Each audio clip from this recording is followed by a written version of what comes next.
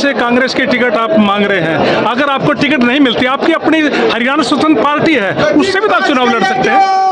आज के दिन कोई पार्टी नहीं है। अच्छा, मैं किसी पार्टी में नहीं हूँ। नहीं, आपकी अपनी निजी पार्टी नहीं है, वो खत्म कर दिया। कोई पार्टी नहीं है। यदि कांग्रेस सम्मान के साथ टिकट देगी तो स्वीकार करके कांग्रेस को मजबूती दूंगा, और सम्मान के साथ टिकट नहीं दी तो रमेश दलाल कांग्रेस की स्टेज पर। अन्य पार्टी अगर आपको टिकट देने लगे तो? कौन? आम आदमी पार्टी है और भी पार्टी है। लोगों ने निरस्त कर दिया।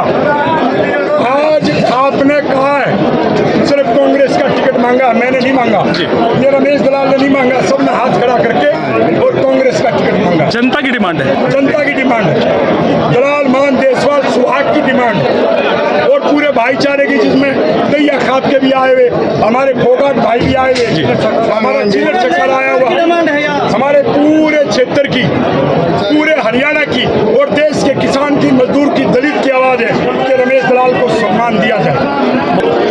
धर्मियों ने आके उस माहौल को बिगाड़ने का काम किया, उसके बारे में आप क्या कहेंगे? और आप क्या राहुल गांधी के खिलाफ नहीं बोलते? क्या प्रधानमंत्री नरेंद्र मोदी के खिलाफ नहीं बोलते? अरे कांग्रेस की जिसकी 4000 वोट है वो विधायक बन रहा है, और हमारी वोट, मैंने आंकड़े के हिसाब से बता रहा हूँ, बहादुर में चिल्लर चकारा दलाल की हमारी 1,05,000 है। रिकॉर्ड पे बोल रहा हूँ, जो मैं लिखित में बेचूंगा, 1,05,000 और एक तरफ 4000 वोट तो उनके भेजे हुए फूट दिखाने के लिए। लेकिन आपने देखा वो भाई भी शांत हो गए। आपने देखा कि पूरा इलाका किसके साथ है। ऐसे तो होता ही है, हर पार्टी में होता है। क्या बड़े बड़े नेताओं को, नरेंद्र मोदी को काले झंडे नहीं दिखाते लोग? क्या ये नहीं कहते जो गलत है, प्रधानमंत्री के बारे में बोलना गलत है कि नरेंद्र मोदी तेरी कब्र खुदेगी, आज नहीं तो कल खुदेगी? ये बात गलत है, मैं इसका खंडन करता हूँ। कोई राहुल गांधी को पप्पू कहता है, ये बात गलत है। देश की राजनीति में साफ सुथरी राजनीति होनी चाहिए, सभ्य समाज है। रमेश दलाल ने सभ्यता की, एक शिक्षक के रूप में, एक अच्छे परिवार की परंपरा संस्कार के रूप में राजनीति की है।